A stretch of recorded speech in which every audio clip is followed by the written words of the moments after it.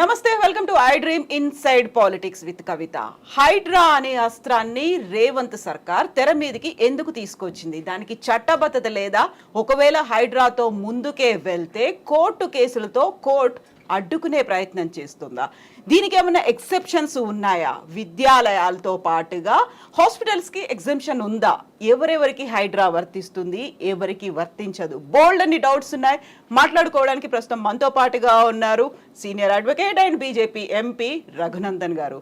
Hello అండి రఘునందన్ గారు, ఎలా ఉన్నారు మీరు? Fine madam, thank you.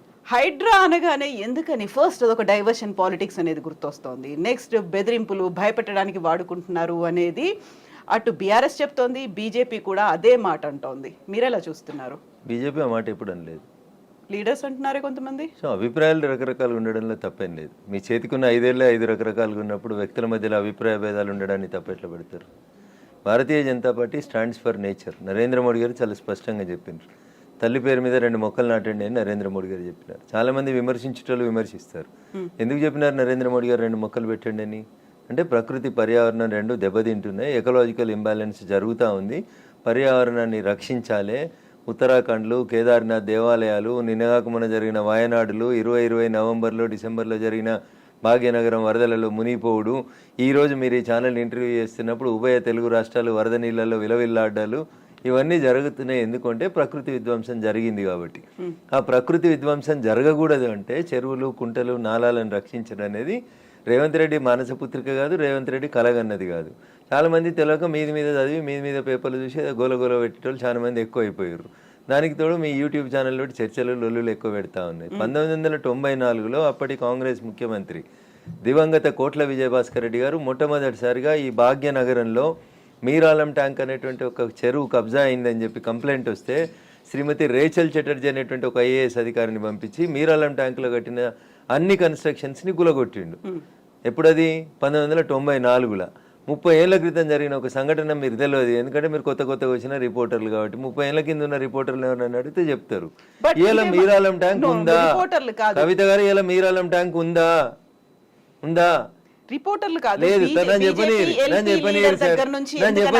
చెప్పనీరు కవిత గారు, నన్ను చెప్పనీరు. అందరికి సమాధానం చెప్తా, మీకు కూడా చెప్తా నేను. తర్వాత 2007, 2008లో ఉమ్మడి ఆంధ్రప్రదేశ్ హైకోర్టు లోపల కొన్ని కేసులు వేసినారు. ప్రజా ప్రయోజన వాద్యాలు, కొంతమంది మీలాంటోళ్ళు నాలాంటోళ్ళు పోయి ఇక పలానా చెరువు కబ్జా అవుతుంది, పలానా నాలా కబ్జా అవుతుంది, భవిష్యత్తుకు నష్టం అవుతుంది అని చెప్పి వేసినప్పుడు ఆంధ్రప్రదేశ్ ఉమ్మడి హైకోర్టు 2010వ సంవత్సరంలో అన్ని WPలని కలిపి జడ్జిమెంట్ ఇస్తూ లేక్ ప్రొటెక్షన్ సెల్ అనేది ఒకటి పెట్టమని చెప్పింది.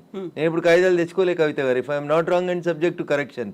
జీవో నెంబర్ 154 అని ఏప్రిల్ 2010వ సంవత్సరంలో అప్పుడు ఉన్నటువంటి ఉమ్మడి ఆంధ్రప్రదేశ్లో కాంగ్రెస్ ప్రభుత్వం ఒక జీవో ఇచ్చింది. దేనికోసం ఇచ్చింది? లేక్స్ ప్రొటెక్షన్ కోసం. జీవో 111లో ఉన్న భూములలో జరుగుతున్న అక్రమ నిర్మాణాలని ఆపేతందుకు chief secretary, revenue secretary, DGP ఇట్లా 18 మంది అధికారులని సభ్యులుగా పెట్టి protection cell, lake protection committee అని ఒక కమిటీని వేసి ఈ భాగ్యనగరాన్ని కాపాడమని చెప్పింది. తర్వాత అదే హైకోర్టు, ఆంధ్రప్రదేశ్ హైకోర్టే చెప్పింది, ఉమ్మడి హైకోర్టు, భాగ్యనగరంలో 2252 చెరువులు, కుంటలు ఉన్నాయి, వాటికి బఫర్ జోన్ అంతా ఫిక్స్ చేయండి, వాటిని ఎవరు కబ్జా చేయకుండా ఉంచండి అని చెప్పి 2010లో చెప్పింది. That was the peak time of Telangana movement. ఆ జడ్జిమెంట్ ఎవరు పట్టించుకోలేదు. అందరూ జై తెలంగాణ అనుకుంటూ తిరిగినాం. కట్టేటోడు కట్టిండు, కూర్చేటోడు కూర్చిండు, అమ్మేటోడు అమ్మిండు, మధ్యలో చాలా మంది నష్టపోయిండ్రు. అది జరిగిన తర్వాత 2014లో బాగా చదువుకున్న ఆయన వచ్చి మున్సిపల్ అడ్మినిస్ట్రేషన్ మంత్రి అయ్యిండు, కేటీఆర్ అనేట ఆయన. ఏం చేసిరు లేక్ ప్రొటెక్షన్ కోసం?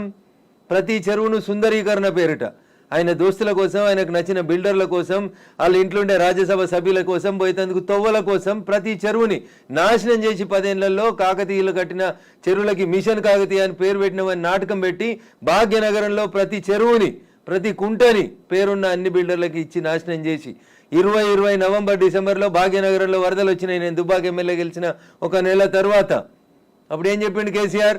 ప్రతి ఇంటికి 10,000 ఇస్తాం నష్టపోయినానికి అని చెప్పిండు. ఇచ్చిండు ఎలక్షన్ల కోసం చెప్పి. ఎందుకు మునిగింది ఆ రోజు భాగ్యనగరం? భాగ్యనగరం వెళ్ళే అవస్థలతో ఎందుకుంది? ఒక ఆయన వచ్చి విశ్వనగరం అంటాడు, ఇంకొక ఆయన వచ్చి 4వ నగరం అంటాడు, ఒక ఆయన వచ్చి సైబర్ నగరం అంటాడు. ఉన్న నగరాన్ని కాపాడు రవయ్య అని రఘునందన్ అంటున్నాడు. దీనికి ఎవరికి కష్టమైతే నాకేంది? రఘునందన్ చెప్పింది, హైకోర్టు ఎప్పుడో చెప్పింది అంటున్నా, 2010లో చెప్పింది. తర్వాత 2020లో కేటీఆర్ అంటే ఆయన మున్సిపల్ అడ్మినిస్ట్రేషన్ మినిస్టర్గా మళ్ళొక జీవో తీసుకొచ్చిండు. మళ్ళీ జీవో తీసుకొచ్చి ఏం చెప్పిండు? అప్పటి కొత్త జిల్లాలు అయినాయి.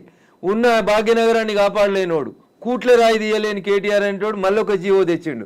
జీవో నెంబర్ 46 54 కరెక్ట్ గుర్తులేదు కవిత గారు నాకు, సబ్జెక్ట్ టు కరెక్షన్. దాంట్లో ఏం చెప్తాడు, మెదకు, సంగారెడ్డి, సిద్దిపేట జిల్లాలని కూడా ఈ లేక్ పరిరక్షణ కమిటీ లోపలికి తీసుకురావాలని చెప్పిండు. జీవో 2021 ఇచ్చిండు, 22లో ఇంకో జీవో ఇచ్చిండు. ఇచ్చి లోకల్ బాడీస్కి ఒక జాయింట్ కలెక్టర్ ఉంటాడు ప్రతి జిల్లాలో. ఆ లోకల్ బాడీస్కి జాయింట్ కలెక్టర్ ఎవరైతే కలెక్టర్గా పనిచేస్తున్నాడో ఆయనను వీటికి లేక్ల రక్షణ కోసం ఇన్ఛార్జిగా పెట్టిండు. ఎన్ని చెరువులు కబ్జా అయినాయి, ఎన్ని కుంటలు కబ్జా అయినాయి? సాక్షాత్తు రాష్ట్ర సర్వోన్నత న్యాయస్థానం హైకోర్టు చెప్పిన 2252 చెరువులు కుంటలు ఏడునే పోదాం పాండ్రి, రాండి మా జర్నలిస్ట్ మిత్రులు మరో మంచిగా చెరువుని దత్తత తీసుకోరి, కాపాడు చెరువుని. రఘునందన్ ఏదో మాట్లాడుతూ ఉన్నాడు, రఘునందన్ హైడ్రాకి సపోర్ట్ చేస్తూ ఉన్నాడు, బీజేపీ ఎల్పీ లీడర్ వద్దన్నాడు, చెరువులు కట్టమని చెప్పిండా మా ఎల్పీ లీడరు? మా ఎల్పీ లీడర్ చెప్పిండు కదా, ఆ ఫాతిమా కాలేజ్ సల్కం చెరువులో కట్టిందని కూలగొట్టమన్నాడు. దాని గురించి ఎందుకు మాట్లాడారు? ఎవరిని బెదిరించినాం? మీ దగ్గర జేసీబీ లేకపోతే మేము జేసీబీలు ఇస్తామో అని చెప్పినాం, కిరాయి లేకుండా ఫ్రీగా ఇస్తామో బుల్డోజర్లు, తప్పేముంది అందులో? మా ఎల్పీ లీడర్ గది మాట్లాడింది చూసిన నేను మాట్లాడిందని మా ఎల్పీ లీడర్ ఏడో కాంట్రాడిక్ట్ చేయలేదు. ఏం చేసిర్రు? కేవలం పెద్దల్ని కాపాడడానికి, పేదల కోసం ఫైట్ అనేది దీన్ని యాక్చువల్ గా ఎలా చూస్తున్నారు? పల్లం రాజు అంటే పేదోడా పెద్దోడా? పల్లం రాజు ఏ పార్టీలో ఉన్నాడు? నాగార్జున అనేటోడు పెద్దోడా చిన్నోడా? ఏం మాట్లాడతారు మీరు? మల్లారెడ్డి కాలేజీ కూలగొట్టొద్దా? మీరు పొంతన లేని ప్రశ్నలు అడగొద్దు. ఎవడు పెద్దోడు ఎవడు పేదోడు? చెరువులో కట్టినోడు పెద్దోడు అయితేంది, పేదోడు అయితేంది. చట్టం ముందు అందరు సమానమైన ముచ్చట చెప్తాం కదా మనం అందరం. మరి పెద్దోడు అయితేంది, పేదోడు అయితేంది? వాయనాడు ఎందుకు కొట్టుకుపోయింది? 4 రోజుల కింద ఎందుకు కొట్టుకుపోయింది? ఇదే ఎన్డీఆర్ఏలు, నేషనల్ డిజాస్టర్ రెస్పాన్సిబుల్ టీములు అన్నీ కూడా, నేషనల్ డిజాస్టర్ మేనేజ్మెంట్ టీములు కూడా అన్నీ ఏం చెప్పినాయి? అక్కడ తొలగించుర్రా కట్టడాల, చెరువులు కడ్డంగా, గుట్టలు కడ్డంగా, కొండలు కడ్డంగా కట్టినాయి అని చెప్పారు. తొలగించిర్రా?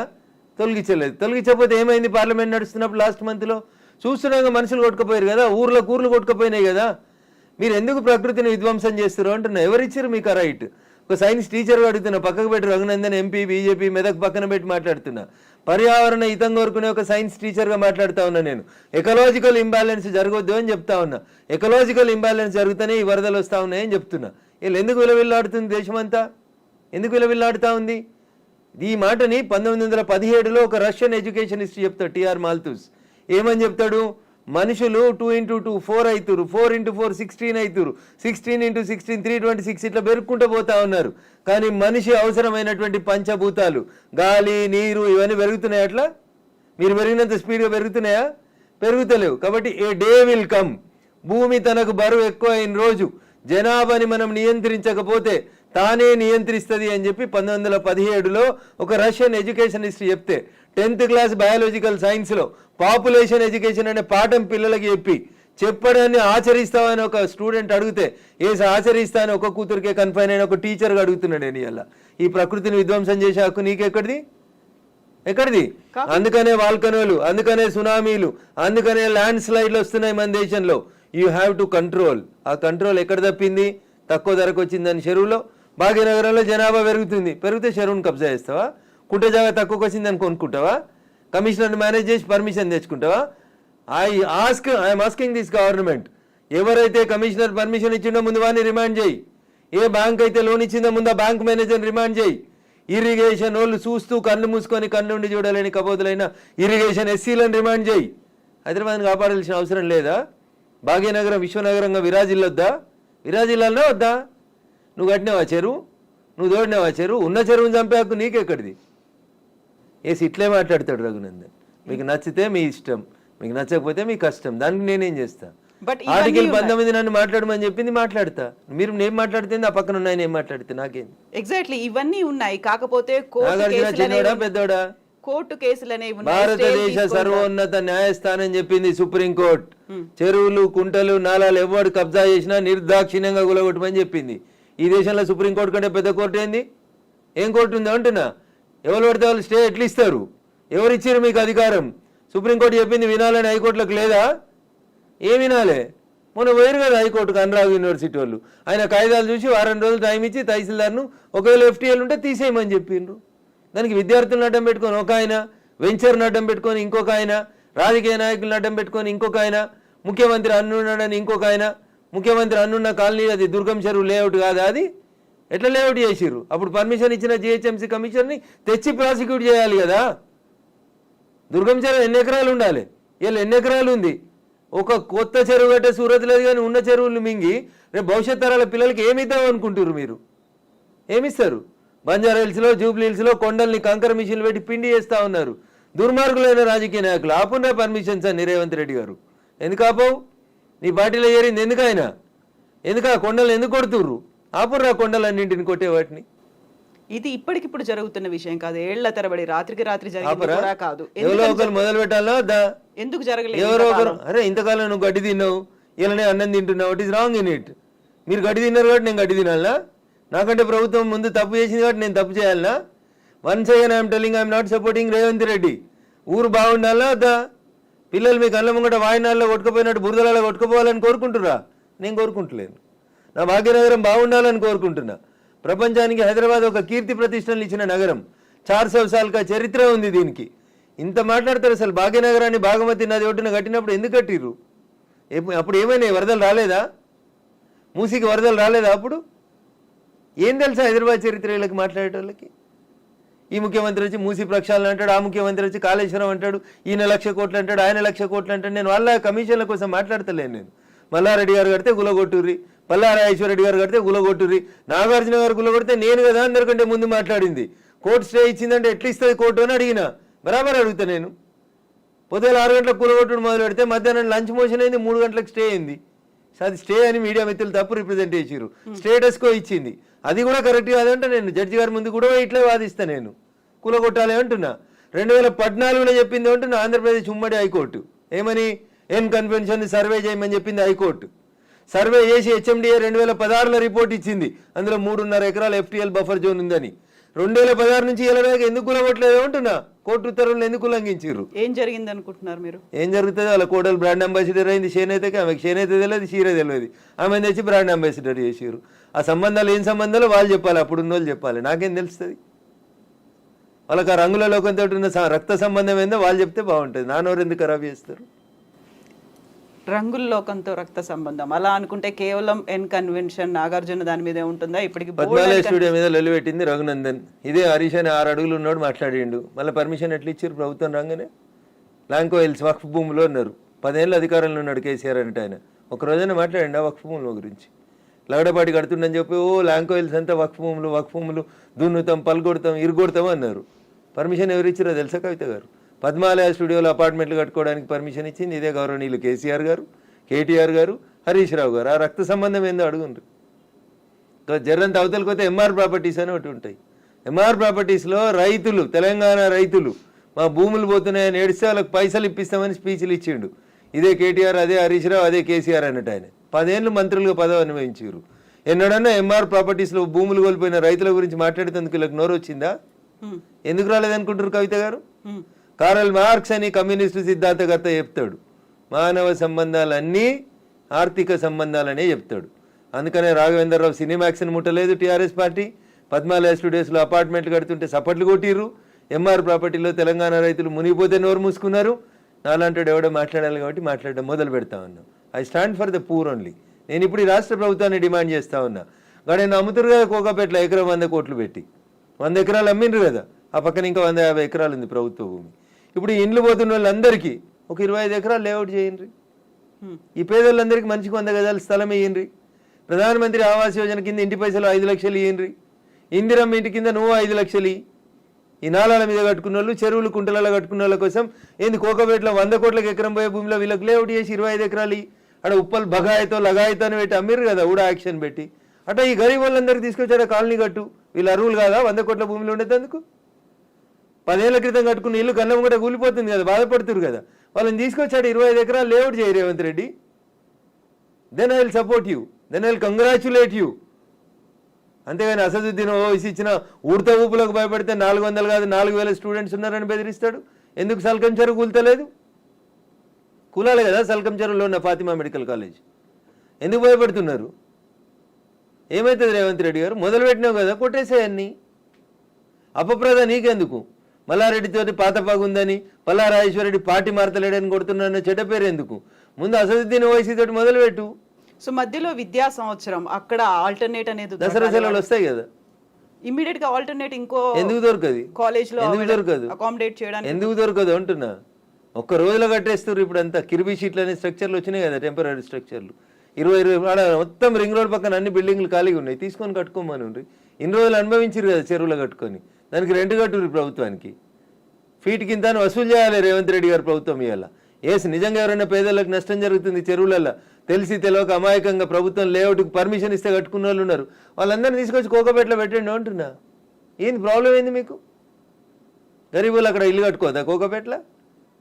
కట్టుకొని 100 గజాలి, 100 కాకపోతే 150 గజాలి, ఇంకా 150 ఎకరాలు ఉంది కదా ఆడ.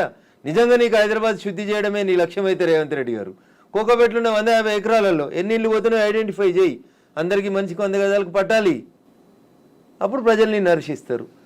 ఇప్పుడు జీవో 111 కాదు, అంతకుముందు వాల్టా యాక్ట్లు ఇవన్నీ కూడా వచ్చాయి మన వాటర్ బాడీస్ ని ప్రొటెక్ట్ చేసుకో. నాకంటే ముందున్న వాళ్ళు ప్రతి ఒక్కరు తప్పు చేసిండని ఇప్పుడు నన్ను తప్పు ఏమని అడిగే అధికారం మీకు? అంటే ముందు నుంచి ఎందుకని ఫోకస్ పెట్టలేకపోయారు? ప్రెషర్స్ ఏమున్నాయి? ఎవరికి భయపడ్డారని మీరు? రాజకీయ నాయకులకి, రియాల్టర్లకి, వాళ్ళు ఇచ్చే పైసలకి. ఇంతకంటే ఎక్కువ ఏముంటుంది తల్లి? కట్టే కొట్టే తెచ్చిమంటే ఇంతే. రాజకీయ నాయకులకి ఎవరో ఫైనాన్స్ చేసేటోళ్ళు, ఫండ్ ఇచ్చేటోళ్ళు, ఎవరో ఒక బిల్డర్ ఉండి అన్న నేను ఈ చెరువు పక్కన జరంత మట్టి వచ్చి అమ్ముకుంటా అంటే అమ్ముకోమంటాడు, చూసి చూడనట్టు పొమ్మంటాడు, అయిపోతుంది. అది 1 పోయి 2 అవుతుంది, 2 పోయి 3 అవుతుంది. అట్లా వాడు పోసిండని వీడు పోసి, వీడు పోసిండని ఇంకోటి పోసి. సో ఇప్పుడు మనకి వానలు, వరదలు, ఇవి మునిగిపోవడాలు ఇలాంటివన్నీ ప్రతిసారి వచ్చినట్టే. ఇదంతా ఎకలాజికల్ ఇంబ్యాలెన్స్. ఎగ్జాక్ట్లీ, ఇదంతా ఎకలాజికల్ ఇంబ్యాలెన్స్. ప్రకృతిని కాపాడండి, పర్యావరణాన్ని ప్రేమించండి. లేకపోతే ఇప్పుడు మంచినీళ్ళు తాగమంటే బాటిల్ పెట్టినట్టు రేపు ఆక్సిజన్ సిలిండర్లు జబ్బ మీద వేసుకొని మీ మన్మరాలు తిరగాల్సిన దుస్థితికి పోతారు మీరు. ఆ పరిస్థితి రాకుండా కాపాడండి అంటున్నా. ఎగ్జాక్ట్లీ. సో కోర్టు నోటీసులు, స్టేలు, ఆ తర్వాత స్టేటస్ కో మెయింటెనెన్స్లు ఇవన్నీ కూడా అంటే ప్రతిదీ ఏది టచ్ చేద్దామన్నా మళ్ళీ కోర్టుతో లింక్ అయి ఉంది కాబట్టి ఇది కూడా ఎక్కువ కాలం నిలవదేమో హైడ్రా అనేది కూడా వినిపిస్తుంది. యాజ్ అడ్వకేట్ మీరేం చెప్తారు అసలు? సో నేనేమంటున్నా, శుభం గోర్ర పెళ్లి కొడుకు అంటే ఏదో అన్నాడంటే అట్లున్నది మా కవిత ఆలోచన. ఎందుకు ముందు నుంచి అనేది అదే కదా. కన్వెన్షన్ దగ్గరికి వెళ్ళింది అనగానే కోర్టు స్టే కోర్టు పరిధిలో మాట్లాడము అనే మాటలు ఎవరు? నేను మాట్లాడుతూనే ఉన్నా కదా రోజు. నో, మీరనట్లేదు. ఆక్యుపై చేసుకున్న వాళ్ళ దగ్గర నుంచి వచ్చే సమాధానం అదే, కోర్టు పరిధిలో ఉంది కాబట్టి. తప్పించుకునే ప్రయత్నం తప్ప ఏముంటది? దొంగకు తేలుగుడితే ఏం చేస్తాడు? తేలుగుట్టిందని చెప్తాడా? అప్పటికి నోరు మూసుకొని పోతాడు. గట్లే ఉంటుంది. ఏం స్టే ఉంది? స్టే ఉంది అని ట్వీట్ చేసి ఏడ స్టే ఉంది? ఏ కోర్టులో స్టే ఉంది? ఏంది స్టే? స్టేలు సంవత్సరాలు ఉండొద్దని ఇదే సుప్రీంకోర్టు చెప్పింది అంటున్నా. మా గౌరవ న్యాయమూర్తులు అట్లా సంవత్సరాలు స్టే ఇయ్యరు. స్టే ఈజ్ టెంపరరీ అంతే. 15 రోజులు, నెల, 2 నెలలు, 3 నెలలు అంతే. స్టే ఏంది? 2014లో ఎన్కన్వెన్షన్ సర్వే చేయమని 2024 దాకా స్టే ఇచ్చిరా? ఏ కోర్టు ఇచ్చిందో చూపెట్టురు నాకు. మీ అంత చదువుకోకపోవచ్చు కానీ నాకు స్టే అంటే ఏందో అర్థం తెలుసు. జర చూపెట్టుర్రి.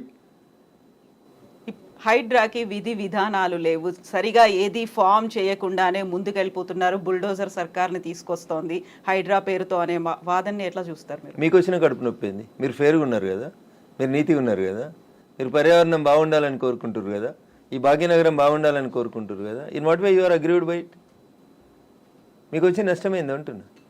ప్రజల చేత, ప్రజల కొరకు ప్రజలు ఎన్నుకున్నటువంటి ప్రభుత్వాలు తీసుకునే నిర్ణయాలని ఏం చేస్తారు మీరు? కోర్టు ఎందుకు అడ్డుకుంటుంది? కోర్టుకుండే అధికారాలు ఏంటి? ఎంతవరకు అడ్డుకోవాలో అంతవరకే అడ్డుకుంటుంది. నేను చెప్తున్నా కదా, ఈ దేశ సర్వోన్నత న్యాయస్థానం సుప్రీంకోర్టు చెప్పింది కూలగొట్టమని. సుప్రీంకోర్టుకు భిన్నంగా లోకల్గా ఉండేటువంటి జడ్జిలు అట్లా ఇస్తారా జడ్జిమెంట్లు? నాకు తెలిసినంత వరకు అయితే ఎవరు కవిత గారు. సో ఇప్పుడు హైడ్రాని సడన్ గా తెర మీదకి తీసుకొచ్చింది. 1994 తీసుకురావడం, ఒక హైడ్రాని తీసుకొని రావడం అనేది భయపెట్టడానికో, బెదిరించడానికో, లేకుంటే రుణమాఫీ 6 గ్యారంటీ స్కీములు అడుగుతున్నారు కాబట్టి డైవర్షన్ పాలిటిక్స్ అనే వాళ్ళకి ఏం చెప్తారు మీరు? నేను అంటున్నా, రుణమాఫీ చేయాల్సిందే, ఇచ్చిన 6 హామీలను అమలు చేయాల్సిందే. రైతులకు చెప్పినటువంటి రుణమాఫీ, యువతకు చెప్పిన డిక్లరేషన్, మహిళలకు ఇచ్చినటువంటి మహిళా డిక్లరేషన్ అన్నీ చేయాల్సిందే. అవి చేసి ఇది వదిలేద్దామా? అవి చేయాల్సిందే, ఇవి చేయాల్సిందే. ఇది చేయమని చెప్పు, అది చేయమని లొల్లి పెడతాం. మేము లొల్లి పెడుతూనే ఉన్నాం కదా. బీజేపీ ప్రశ్నిస్తున్న బీజేపీ పేరిట, ప్రశ్నిస్తున్న తెలంగాణ పేరిట మేమంతా నడుపుతూనే ఉన్నాం కదా. రైతన్నల రుణమాఫీ కోసం మాట్లాడితే హైడ్రా గురించి మాట్లాడొద్దా? బట్ అది డైవర్షన్ కోసమే చేస్తున్నారు అనే మాట. So I don't have any comment on this particular issue. నేనేమంటున్నా, నేను రుణమాఫీ కాలేదు, రైతులతో చేయించేది రైతులతో చేపిర్రి, హైడ్రాకి దానికి ఏం సంబంధం అంటున్నా. ఎందుకు రాస్తున్నాయి పేపర్లు హైడ్రా గురించి అంత గొప్పగా? వదిలేసారు, ఆయన పని ఆయన చేసుకుంటూ పోతాడు, మీ పని మీరు చేసుకోరు. రుణమాఫీ గురించి మీరు రాయమంటే రాస్తారా? రాయరు కదా. రైతులు మాట్లాడితే మన పేపర్లో హెడ్ లైన్స్ రావు కదా. ఏమవుతాయి మనకి? హైడ్రా మా కేటీఆర్ అంటాడు, ఆయన పోయి అమెరికాలో అంటాడు. అది ఫుల్ హాఫ్ పేజీలు వస్తుంది, పెద్ద పేజీలలో వస్తుంటుంది, ఫస్ట్ పేజీలలో 119 ఎమ్మెల్యేలలో ఆయన యువరాజు అయినట్టు ఆయన మాట్లాడితే పైన ఒక బాక్స్ కట్టి రాస్తారు మీరు. ఆయన కట్టిన జన్వాడ ఫామ్ హౌస్ నాది కాదని స్టేట్మెంట్ మారుస్తాడు. ఒక్క మీడియానైనా రాసిందా? రేవంత్ రెడ్డి అన్నట్టు ఆయన అరెస్ట్ చేసిన రోజు ఈ ఫామ్ హౌస్ నాది, ఇగో దాని మీద డ్రోన్ ఎగిరేసినావు, ఇగో క్రైమ్ నెంబర్ ఇంత, నార్సింగ్ పోలీస్ స్టేషన్ అని తీసుకొచ్చి ఒక్కరైనా రాసిరా మా జర్నలిస్ట్ మిత్రులు? ఇవాళ అది నోరా మోరా, ఇది నాది కాదు నా దోస్తుంది అని చెప్తే ఎందుకు రాయారు? ఆ రోజు స్టేట్మెంట్ ఈ రోజు స్టేట్మెంట్ రెండు పక్క పక్కన పెట్టి ఎందుకు చూపాయించారు? ఎలక్ట్రానిక్ మీడియాలో ఎందుకు చూపెట్టారు? అంటున్నా. ఎవరా దోస్తు? ఎందుకు నీకు లీజుకి ఇచ్చిండు? ఆయనకు నీకున్న వ్యాపార సంబంధాలు ఏంది? అది కదా మీరు బయట పెట్టాల్సింది. మునిపోయిన కంపెనీకి వారసుడు కదా ఆయన, నీకు జాగి ఇచ్చిన ఆయన, లీజ్ ఇచ్చిన ఆయన. 8,000 కోట్లు ఎగ్గొట్టిర్రాళ్ళు ఈ దేశంలో. అది మాట్లాడుకుందాం గట్లా. ఇవి మాట్లాడితే మంచిగా ఉంటాయి కదా కవిత గారు. ఆయన డింగ్ డింగ్ అని ఎగురుకుంటూ పోయి జొన్నవాడ ఫామ్ హౌస్ ఆ రోజు ఎందుకు చేసినావు? డ్రోన్లు ఎగురుతలేవా? తెలంగాణలో డ్రోన్ ఏడా ఎగురుతలేదా?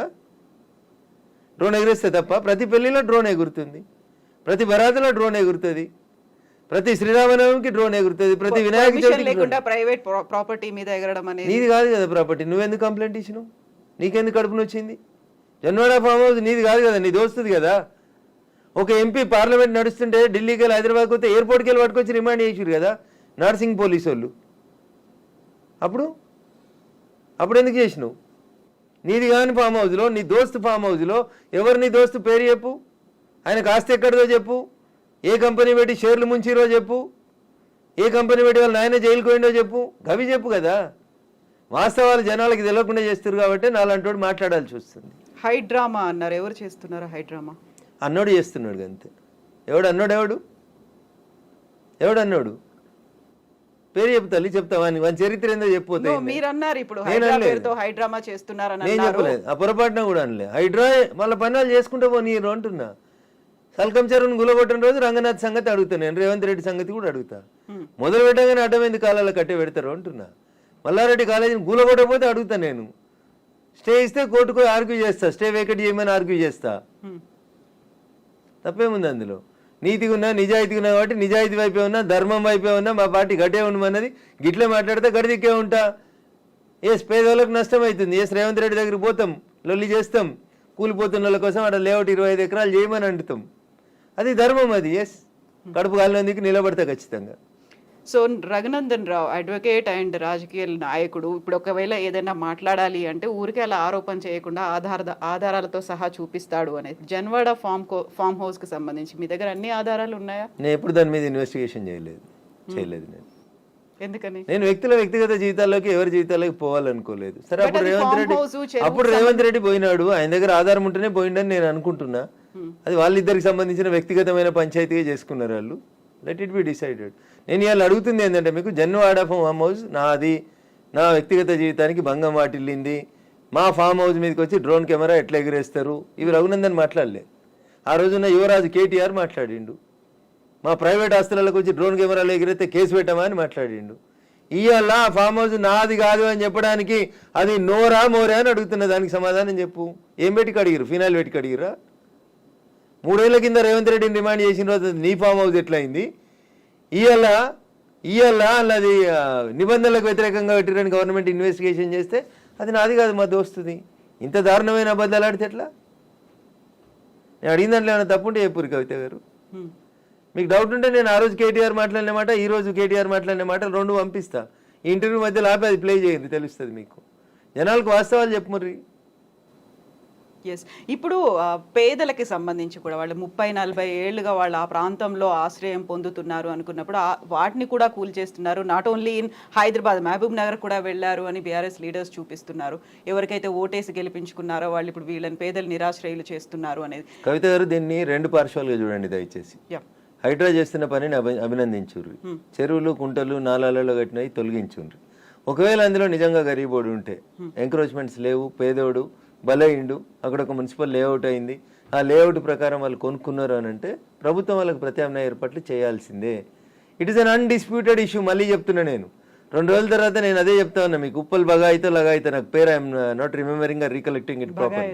ఉప్పల్ బగాయితులు ఎట్లా ప్లాట్ చేసి అమ్ముకుర్రో, ఇప్పుడు ఇలా ఉన్నారు కదా రాజపుష్ప ఆయన 100 కోట్లకు ఎకరం రిజిస్ట్రేషన్ ఆపినావు కదా, ఆ 10 ఎకరాలలో ప్లాట్లు చేసి ఇచ్చేసే వీళ్ళకి. ఆ పక్కన ఇంకా 150 ఎకరాలు ఉంది కవిత గారు, దాంట్లో 25 ఎకరాలు లేఅవుట్ చేయి.